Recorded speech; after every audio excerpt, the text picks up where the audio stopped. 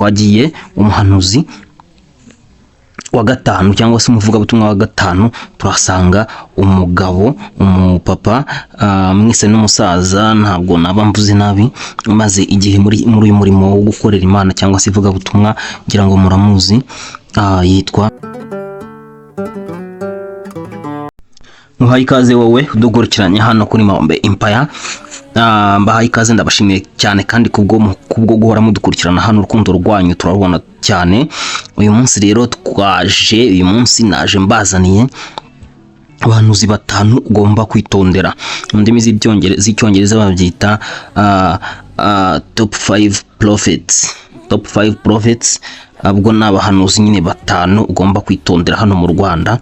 Abahanuzi ugomba kubitondera rero uyu munsi, nuba maso ukaba maso ukaguma hano kuri iyi video, ukaguma ukahireba, uraza gusobanukirwa cyane. Ariko nukora ibyo nakwita nk'ubutamenya cyangwa se ubuswa, ariko ntimuvuge ngo ndabatutse, ukava kuri iyi video utayirangije, n'ubundi ntacyo uraba wayifunguriye, uraba waruhiye ubusa uyifungura.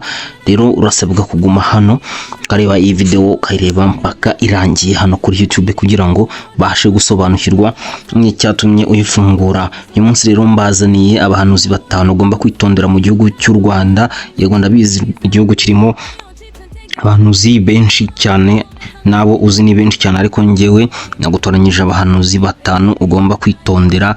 Bamwe kandi urasanga ubazi cyane, abandi wenda ube utabazi. Bamwe urasanga ubazi bitewe naho usengera, abandi nanone usanga utabazi bitewe nanone n'idini usengeramo cyangwa se n'uburyo ukoresha runo rubuga rwa YouTube. Abahanuzi batanu rero ugomba kwitondera. Reka nze dutangire mu kanya gato cyane. Wowe guma hano kuri Maombe Empire kandi urebe neza niba warakanze subscribe.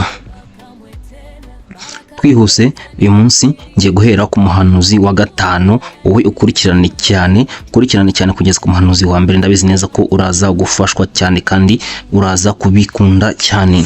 Twagiye umuhanuzi wa gatanu cyangwa se umuvugabutumwa wa gatanu, turasanga umugabo umupapa mwese n'umusaza, ntabwo naba mvuze nabi, maze igihe muri uyu murimo wo gukorera Imana cyangwa se ivugabutumwa, ngira ngo muramuzi, yitwa Pasiteri Antoine Rutayisire. Pastor Antoine Rutayisire nk'umupasitori cyangwa se umuvugabutumwa tumuzi cyane mu itorero rya Eglise Anglicane di Rwanda cyangwa se EAR cyangwa se Abangilikani cyangwa se Abaporoso, bitewe nuko mubita mwebwe aho ngaho iwanyu. Uyu mugabo rero amaze igihe muri uyu murimo w'ivugabutumwa, amaze igihe kinini cyane, amaze imyaka irenga 30. Arazwi cyane, muramukurikirana cyane, inyigisho ze atanga inyigisho nyinshi cyane zifasha abantu. Akunda no guca kuri Semita TV abwiriza, afite inyigisho nziza cyane zisa na mitima. Uyu rero ni umwe mu bahanuzi batanu cyangwa se abavugabutumwa batanu babwiriza neza kandi babimazemo igihe. Ugomba kwitondera kuko nabo ubutumwa batanga cyangwa se ubuhanuzi batanga abarukuri rwose cyane pe, abarukuri. Uyu ni umuhanuzi rero wa gatanu cyangwa se umuvugabutumwa wa gatanu, Pastori Antoine Rutayisire cyangwa se Pastori Anthony Rutayisire. Reka twihute dukomeze tujye ku muhanuzi wa kane. Reka dukomeze cyane, wowe mushishikariza kuguma hano kuri iyi video, kuri iyi YouTube channel Maombe Empire. Mwibutsa kandi gukanda aho handitse subscribe, naho ngaho mu kaboko kawe k'iburyo munsi ya video aho handitse mu ibara ritukura cyangwa se mu ibara ry'umweru, ukandeho, uraba wiyandikishije cyangwa se uraba uteye inkunga ibikorwa bya Maombe Empire. Urahabwa n'umugisha rwose nubikora. Cyukanda like, uduhe na comment cyangwa se igitekerezo kugira ngo tumenye ibyo tuvugurura muri video tubakorera. Ku mwanya wa kane twihuse twagiye turahasanga umugabo nyakwigendera rwose, Pastori Theogene Inzahuke cyangwa se Pastor Niyonshuti Theogene, ubundi yitwa Pastor Niyonshuti Theogene, ariko abenshi mwamumenye ku izina rya Pastor Theogene Inzahuke bitewe n'ubuzima yanyuzemo bushaririye, bitewe n'amateka ye. Twakunze turi benshi aho yavugaga ko yazahutse. Rero ni Pastor Theogene Inzahuke. Ubundi umuntu ntabwo apfa, arapfa kubw'umubiri akavaho, ariko ibikorwa bye n'izina rye ntabwo bijya byibagirana. Niyo mpamvu twamuzanye, kandi nubwo yapfuye atakiriho, ariko ubutumwa yasize abwirije cyangwa se amavideo yasize akoze, video ze ziracyahari kuri YouTube, ubutumwa bwe wabwumva kuko n'ubundi inyigisho ze ziracyadufasha. Rero aje ku mwanya wa 4 w'abavuga butumwa cyangwa se abahanuzi ugomba kwitondera, kuko bigishaga ibintu by'ukuri cyangwa se bigisha ibintu by'ukuri. Yitwa rero Pastor Theogene Inzahuke. Pasteur Niyonshuti Theogene, uyu nawe yaje muri uru rutonde. Rwose mbashishikariza no kureba inyigisho ze, kuko yigishaga ibintu bikomeye cyane biryoshye.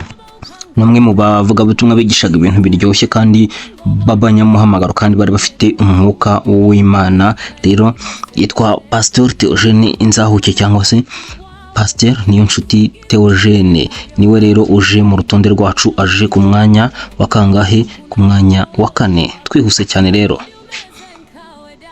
reka tugende tujye ku mwanya wa 3. Ku mwanya wa 3 turahasanga umumama mukunda cyane w'umuhanuzi w'umuvugabutumwa, nawe ubizi cyane, ufite mwuka wera w'Imana. Nta wundi rero, yitwa Evangelist Evangelist Nyirapasika Vestina. Izina si bwo bwa mbere muryumvise, yitwa Evangelist Vestina Nyirapasika cyangwa se Nyirapasika Vestina. Ako kantu ka Evangelist nshyizeho ku bantu batabizi, na kantu gasobanura umuvugabutumwa. Evangelist ni umuvugabutumwa, noneho evangelism ni ivugabutumwa. Yitwa rero Evangelist Niyonshuti Evangelist Nyirapasika Vestina. Uyu ni umumama nawe w'igifaru rwose mu kubwiriza, nawe arabwiriza, afite umwuka wera, afite n'impano. Rero nawe nimwe mu bakijijwe kera, ubimazemo nawe imyaka itari mike. Avuka ari mu karere ka Musanze rwose, akaba rero ari ubuhamya bigeze gutanga, avuga ko iwabo bakoreraga ibigirwamana, papa we yakoreraga ibigirwamana, yakoreraga Satani, ariko arashima Kristo wamuhaye agakiza, arashima umwami Imana wamuhaye agakiza, akagira iki, akamurokora. Nyirapasika Vestina nawe mbashishikariza kumukurikirana, afite TikTok account, afite ajya agaragara no kuri YouTube channel, nawe ibiganiro ubuhanuzi bwe, inyigisho ze zinyuraho kuri YouTube channel.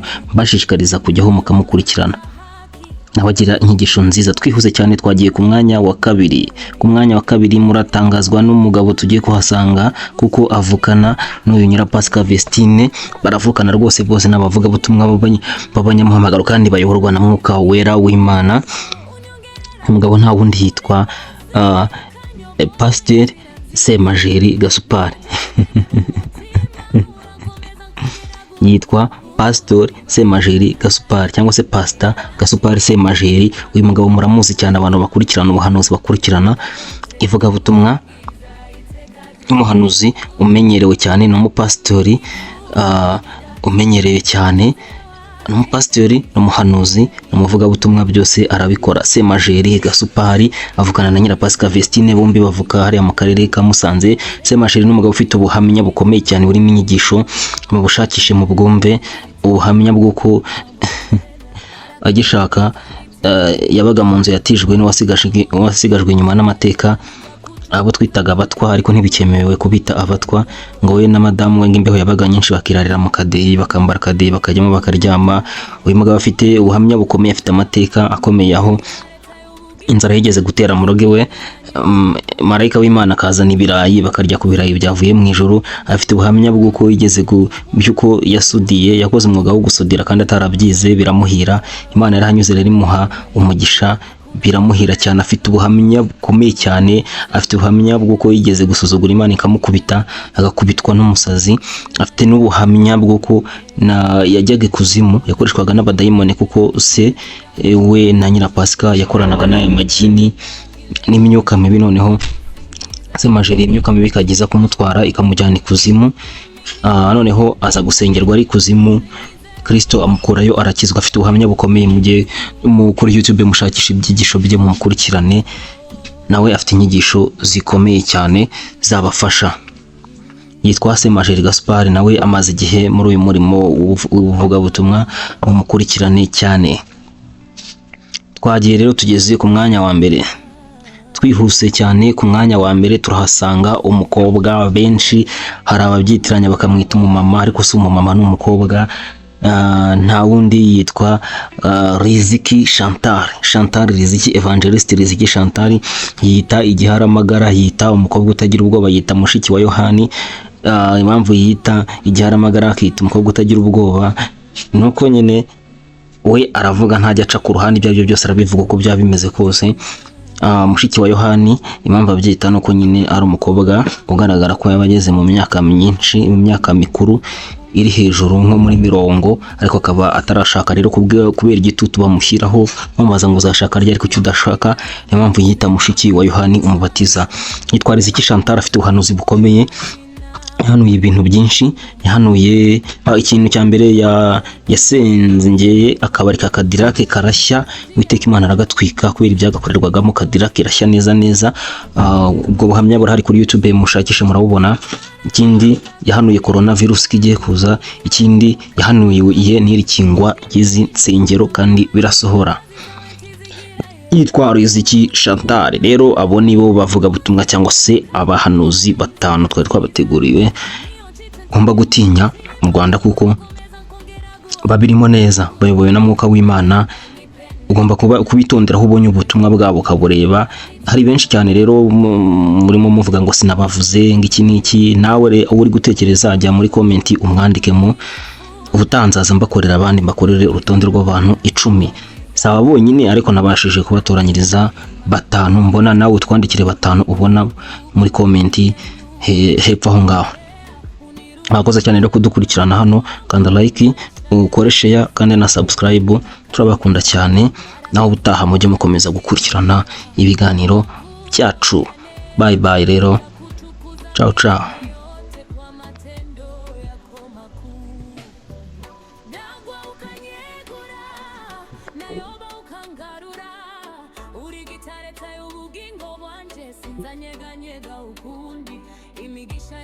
Sendereza imvura y'ubuntu bwawe, zagusingiza iteka ryose, kubibikorwa byawe bikomeye. Hakuna kama wewe Baba, taundi umeze nkawe Data. Jina lako juu milele, izina ryawe rirakomeye. Mungu ni Baba, ananipenda, Imana ni Data. Irankunda, nitamuimba milele yote, zagusingiza iteka ryose. Mungu ni Baba mwaminifu, Imana ni Data. Iranyizewa katika giza, wewe ni nuru mu mwijima, uri umucyo.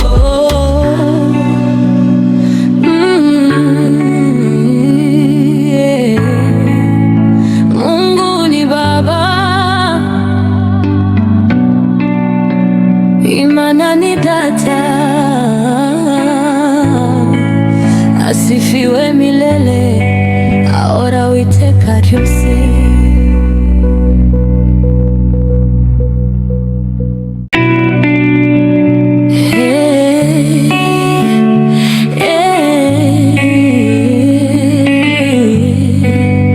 Mungu ni Baba,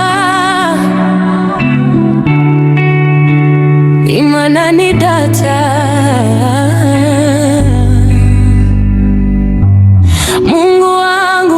Nakushukuru leo kwa pumzi na kwa uhai.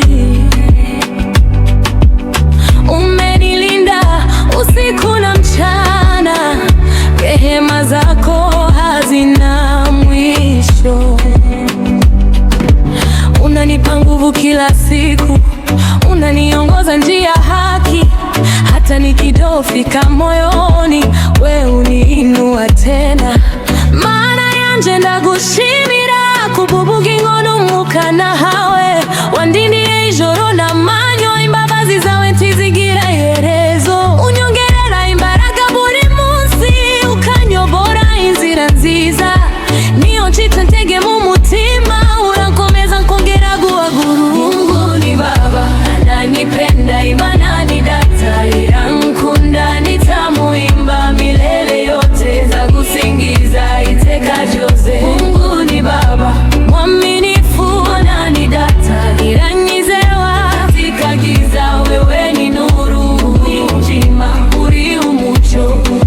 Nikianguka uninyanyua, nikipotea unirudisha. Wewe ni mwamba wa maisha yangu, sitayumba kamwe tena. Baraka zako zanitiririka kama mvua ya neema, nitakutukuza milele yote kwa matendo yako makuu.